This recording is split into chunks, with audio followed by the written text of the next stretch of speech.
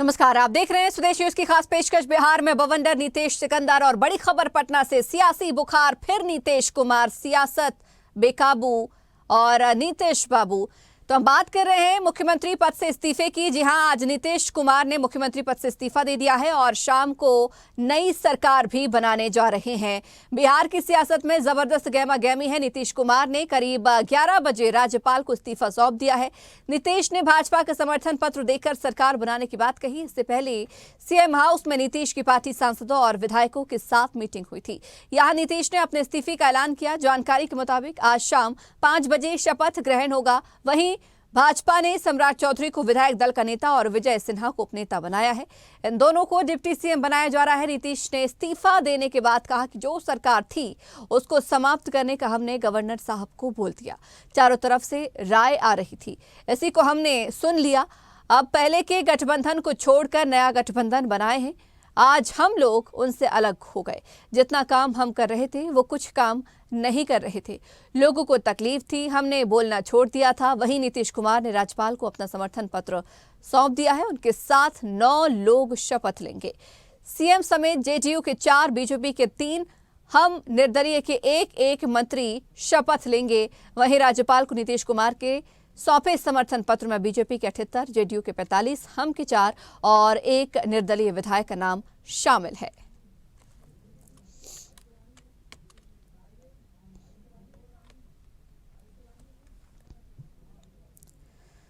आप सब लोगों को हम बता देते हैं कि आज हमने इस्तीफा दे दिया। समझ गए ना? आज हमने मुख्यमंत्री से इस्तीफा दे दिया और जो सरकार थी उसको भी समाप्त करने का हमने आज गवर्नर साहब को दे दिया। ऐसी नौबत क्यों आई ऐसी? अरे इसलिए नौबत हुई है कि ठीक नहीं चल रहा था, तो इसीलिए थोड़ी परेशान। आप लोग तो हमसे बहुत पूछ रहे थे, हम बीच में बंद कर दिए थे कुछ बोलना, तो हम देख रहे थे। तो वही सब लोगों की राय, अपने पार्टी के लोगों की राय, चारों तरफ से राय आ रही थी, तो हमने सब लोगों की बात को सुन लिया। तो इसीलिए आज हमने इस्तीफा दे दिया। अब ये जो भी सरकार थी वो समाप्त कर दिया गया। बीजेपी साथ दे रही है आप गठबंधन को आपको छोड़ना पड़ा? नहीं, हाँ, अभी हम जो पहले गठबंधन को छोड़ के नए गठबंधन बनाए थे, और जो नया गठबंधन 1.5 महीना से बनाए थे, 1.5 साल से, तो यहाँ पर भी जो स्थिति इधर आकर के ठीक नहीं लगी है। और जिस तरह से लोगों का दावा हो रहा था, जो इतना मेहनत किया जाता था कि वही लोग ये सब काम कर रहे हैं, वो सब जरा धीरे धीरे लोगों को खराब लग रहा था। तो इसीलिए आज हम लोगों ने दे दिया, अलग हो गए। अब आज अन्य पार्टियां एक साथ होकर के जो पहले थी वो अगर आज ही अगर तय करेगी तो आज उसके बारे में फैसला होगा। तो आप जानिएगा, अभी वेट करिए। भाई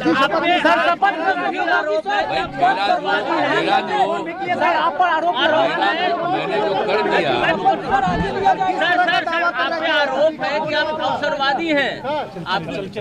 भाई हमने बता दिया कि हमको लगा, हम बीच में तो कुछ नहीं बोल रहे थे। आप याद करिए ना कि बीच में बहुत कुछ कहना चाह रहे थे, नहीं कुछ बोल रहे थे। हम कुछ नहीं बोल रहे थे, चारों तरफ की बात थी, कितना काम हम कर रहे थे। और उधर भी लोग हम अलायंस करवाए, क्या क्या करवाने में लगे, और कोई कुछ काम ही नहीं कर रहे थे। तो सबको लेकर के तकलीफ, और यहाँ पर भी लोगों को तकलीफ, तो ये हो गया। तो हमने बोलना छोड़ दिया था। अब सबकी लिखित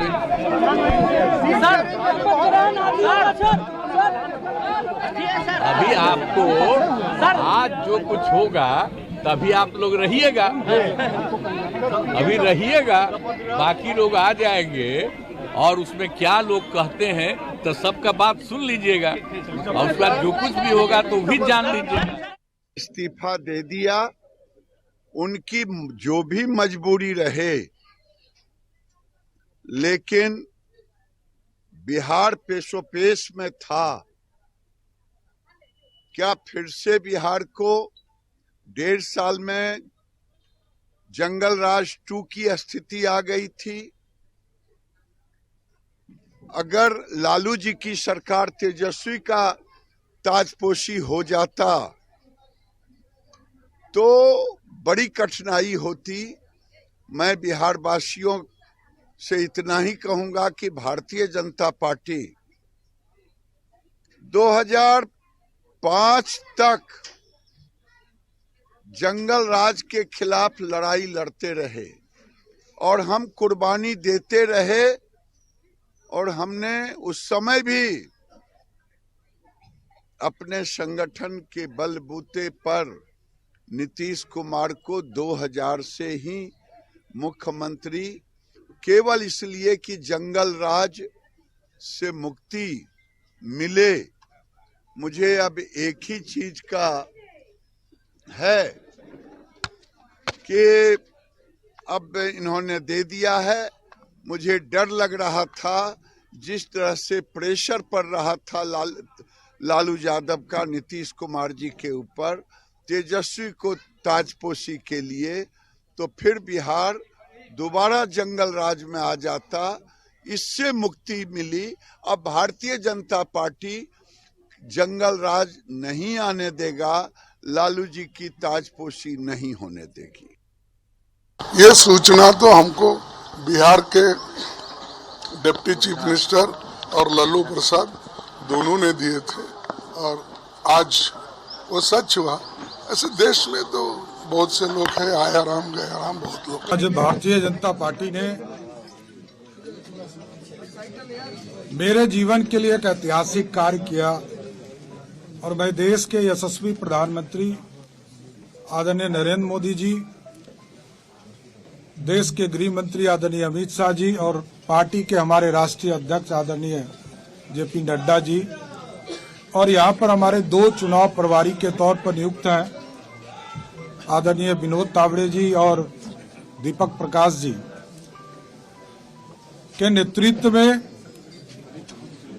बिहार में भारतीय जनता पार्टी का अध्यक्ष भी भारतीय जनता पार्टी ने हमें बनाया, विरोधी दल का नेता भी बनाया। ये मेरे लिए भावुक क्षण है कि आज सरकार में भी दायित्व, सरकार में काम करने के लिए भी विधानमंडल दल का नेता के तौर पर चयन किया। इसके लिए मैं देश के प्रधानमंत्री जी से लेकर पार्टी के राष्ट्रीय अध्यक्ष, सभी नेतागण और सभी माननीय विधायकों का मैं विशेष तौर पर धन्यवाद भी देता हूं कि बिहार के विकास के लिए और लालू प्रसाद जी के आतंक को समाप्त करने के लिए जो जनमत 2020 में हम लोगों को मिला था, उसको फिर से एनडीए के रूप में स्थापित करना और बिहार में जंगल राज नहीं बन सके, इसके लिए भारतीय जनता पार्टी के पास जब प्रस्ताव आया आदरणीय नीतीश कुमार जी का और उनके दूत के तौर पर संजय झा जी यहाँ आए, हम लोगों को प्रस्ताव दिया, तो हम लोगों ने समर्थन का निर्णय लिया और पार्टी का जो दायित्व है एक सामान्य कार्यकर्ता के तौर पर पार्टी को मजबूत करना और देश के यशस्वी प्रधानमंत्री जी के नेतृत्व में 2024 में 40 की 40 सीट जिताकर बिहार से देने का संकल्प भी हम लोगों ने लिया है। घटनाक्रमों को लेकर के श्री जयराम रमेश और श्री मल्लिकार्जुन खड़गे जी की प्रतिक्रिया आई है, जिन्होंने नीतीश कुमार जी पर राजनीतिक अवसरवादिता का आरोप लगाया है। दरअसल कांग्रेस का एक कॉकस इंडिया गठबंधन के नेतृत्व को हड़पना चाहता था। 19 दिसंबर को अशोका होटल में जो बैठक हुई थी, उसमें एक साजिश के तहत इंडिया गठबंधन का नेतृत्व करने के लिए श्री खड़गे का नाम सुझाया गया था। इससे पहले मुंबई की बैठक में सर्वसम्मति से तय हुआ था कि बगैर किसी का चेहरा आगे रखे बगैर ये इंडिया गठबंधन काम करेगा। पहली शाम को श्री केजरीवाल जी के आवास पर जब ममता बनर्जी गई थी, तो उन्होंने बाहर आकर के प्रेस से कहा था कि कल की बैठक में किसी का नाम प्रस्तावित नहीं होगा। कांग्रेस के उसी कॉकस ने एक साजिश के तहत ममता बनर्जी के द्वारा उनका नाम सुझाया गया। यद्यपि श्री खड़गे जी ने बाद में उसको खुद ही अस्वीकार कर दिया। दरअसल जितनी भी गैर कांग्रेसी क्षेत्रीय दल हैं, चाहे वो लोक दल हो, चाहे सपा हो, चाहे बसपा हो, चाहे जेडीयू हो, चाहे आरजेडी हो, चाहे ममता बनर्जी की पार्टी हो, चाहे शरद पवार जी की पार्टी हो, ये सब दल कांग्रेस पार्टी से लड़ करके भारत की राजनीति में इन्होंने एक अपना स्थान बनाया है। कांग्रेस पार्टी अपने सर्वाइवल के दौर से गुजर रही है। पिछले 2 लोकसभा चुनाव में नेता प्रतिपक्ष के लायक भी उनके पास सांसद नहीं थे, लिहाजा वो क्षेत्रीय जो नेतृत्व है इन दलों का, उनको समाप्त करना चाहते हैं। वो इनके विकास में रोड़ा है और उन्होंने सिस्टमेटिक तरीके से इस लड़ाई को लंबा खींचने का काम किया जो टिकट बंटवारे का था। हम मुंबई से भी और उससे पहले भी कहते रहे हैं कि सीटों का बंटवारा जल्दी होना चाहिए। वो भारतीय जनता पार्टी की ताकत को कम करके आंक रहे हैं या फिर उनको जानकारी नहीं है। हम उनके साथ रहे हैं, ग्रास रूट पे उनका काम है, साधन संपन्न पार्टी है, प्रधानमंत्री की लोकप्रियता है। उससे लड़ने के लिए जिस तरह का तामझाम होना चाहिए किसी गठबंधन के पास, उसका। तो बिहार में गठबंधन की सरकार गिर गई है और नई गठबंधन की नई सरकार आज शाम 5 बजे बनने जा रही है। लेकिन उस गठबंधन की सरकार में कौन कौन से संभावित चेहरे होंगे वो हम बताने जा रहे हैं, जिसमें 3 जेडीयू, 3 बीजेपी, 1 हम और 1 निर्दलीय मंत्री को शामिल करा गया है।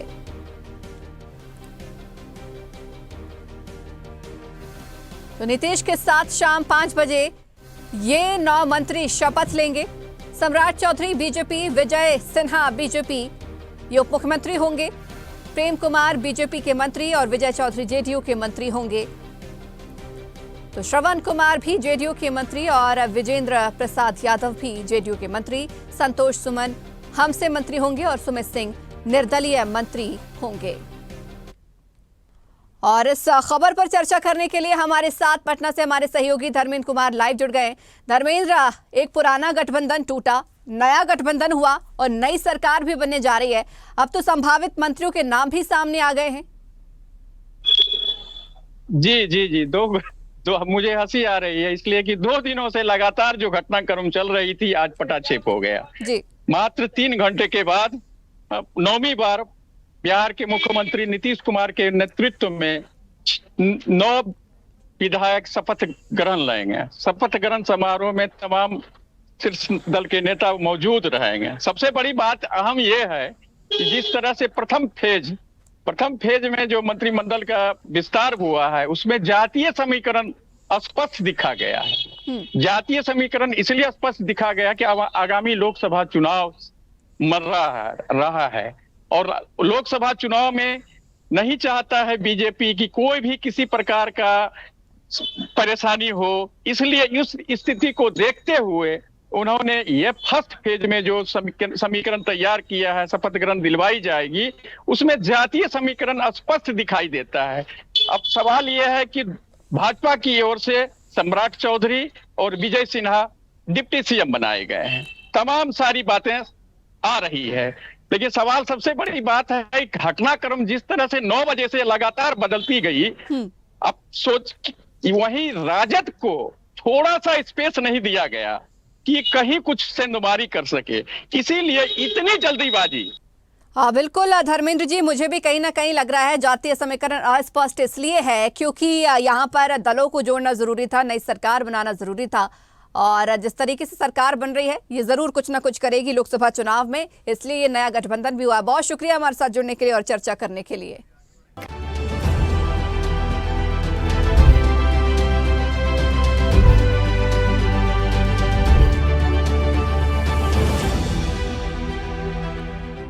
अगर आपको हमारा वीडियो पसंद आया तो लाइक, शेयर, कमेंट, सब्सक्राइब करें, बेल आइकन का बटन दबाएं। हमारी वेबसाइट swadesh live.com पर जाना ना भूलें।